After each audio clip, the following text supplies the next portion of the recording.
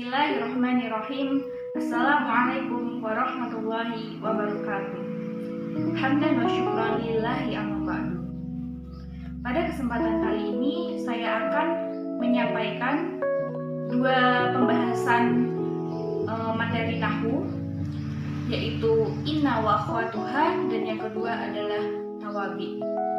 Adapun pembahasan yang pertama, inna wa akhwatuha atau inna dan saudara-saudaranya.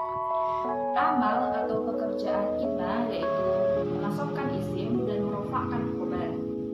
Jadi apabila ada suatu jumlah ismiyah yang terdiri dari mubtada dan khobar didahului oleh inna wa akhwatuha seperti inna, anna, ka'anna, lakinna, la'alla, laita, maka akan menyebabkan mubtada menjadi mansub dan disebut sebagai isim inna, dan khobar tetap marfu dan disebut sebagai khobar inna. Contohnya, innallaha sami'un, sesungguhnya Allah maha mendengar. Allah menjadi isim inna dan kata sami'un menjadi khobar dari inna. Lalu faedah atau kegunaan dari saudara-saudara inna adalah yang pertama, inna yang artinya sesungguhnya, faedahnya itu taukid yang artinya penegasan. Contohnya, inna Muhammadan jalisun, sesungguhnya Muhammad itu orang yang sedang duduk. Yang kedua, anna yang artinya bahwa, faedahnya adalah taukid sama dengan inna yang artinya penegasan.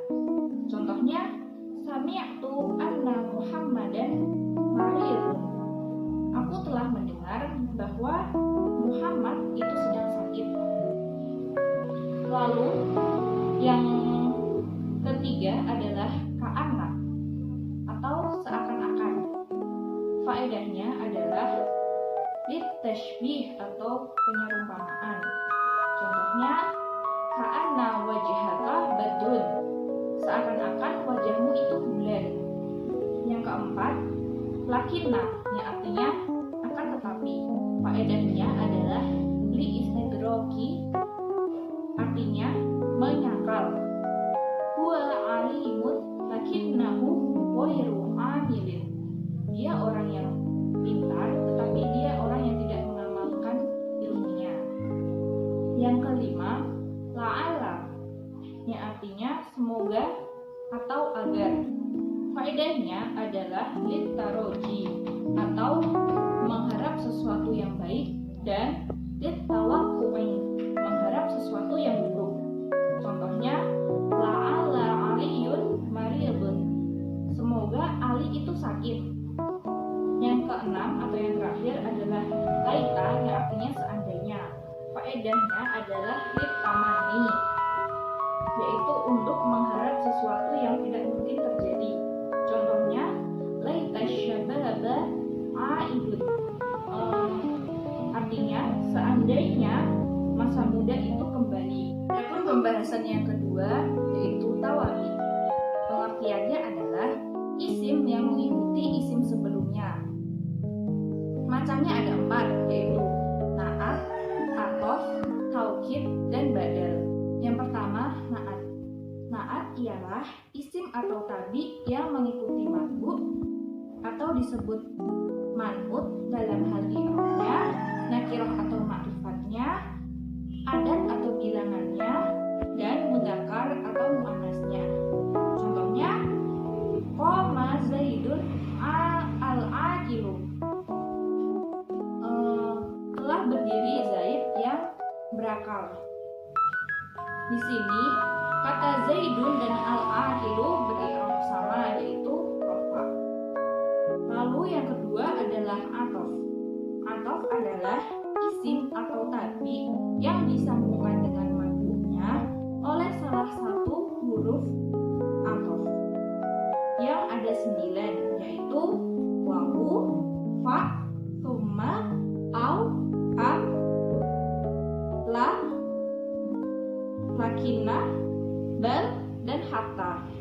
Contohnya ja'a Muhammadun wa Zaidun. Di sini kata Muhammadun wa Zaidun disambungkan oleh huruf wawu. Dan kata Muhammadun dan Zaidun itu beri'rab sama, yaitu sama-sama dibaca rofa. Yang ketiga adalah tauhid. Tauhid ialah isim atau tabi yang bertujuan untuk menghindari dari prasangka bagi orang yang mendengarkan perkataannya. Atau tauhid itu bisa dibilang sebagai penegasan. Tauhid dibagi menjadi dua, yaitu tauhid lafzi dan tauhid maknawi. Yang pertama, tauhid lafzi ialah mengulang-ulang kembali kata sebelumnya, baik dalam isim, fiil, huruf maupun kalimatnya. Contoh, ja'al wazirul waziru.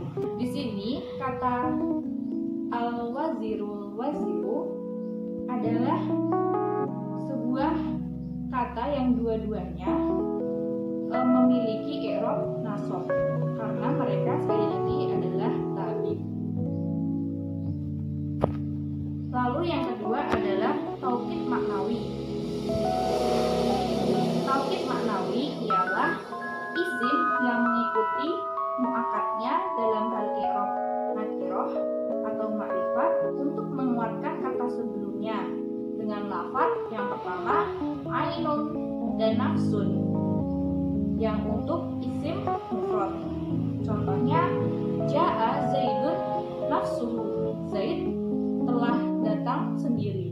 Lalu yang kedua adalah kullun jami'un amatun yang untuk isim mufrad yang artinya banyak atau syumul.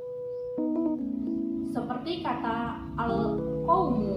Qaumu itu adalah kata yang berarti banyak tapi dia mufrad.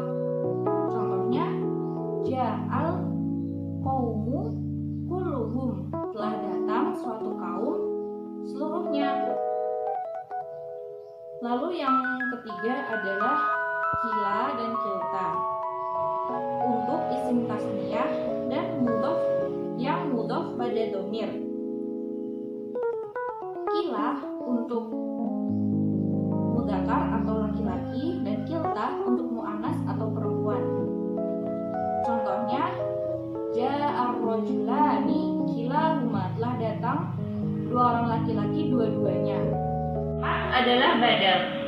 Badal ialah isim atau tabi yang menggantikan kedudukan lafaz sebelumnya tanpa kata penghubung dengan madhufnya. Ada 4 macam, yaitu 1. Badal syai' min syai' yang artinya menggantikan kata sebelumnya secara utuh. Contohnya qama Zaidun ahuka. Yang kedua, badal ba'du min kul, artinya mewakili kata sebelumnya baik lebih sedikit atau lebih banyak. Contohnya akal turrohifa sulasahu, artinya aku telah memakan roti sepertiganya. Yang ketiga, badal istimal, yaitu mewakili sebagian sifat kata sebelumnya. Contohnya nafa'ani Zaidun ilmuhu, telah memberikan manfaat kepadaku ilmunya Zaid.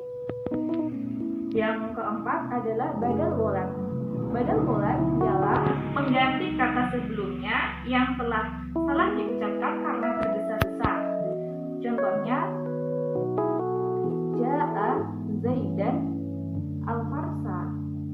Kalau diartikan dalam bahasa Indonesia, telah datang Zaid, bukan, tapi kudanya. Sekian materi yang dapat saya sampaikan. Untuk kurang lebihnya saya mohon maaf dan terima kasih telah menonton video ini. Syukron. Wassalamualaikum.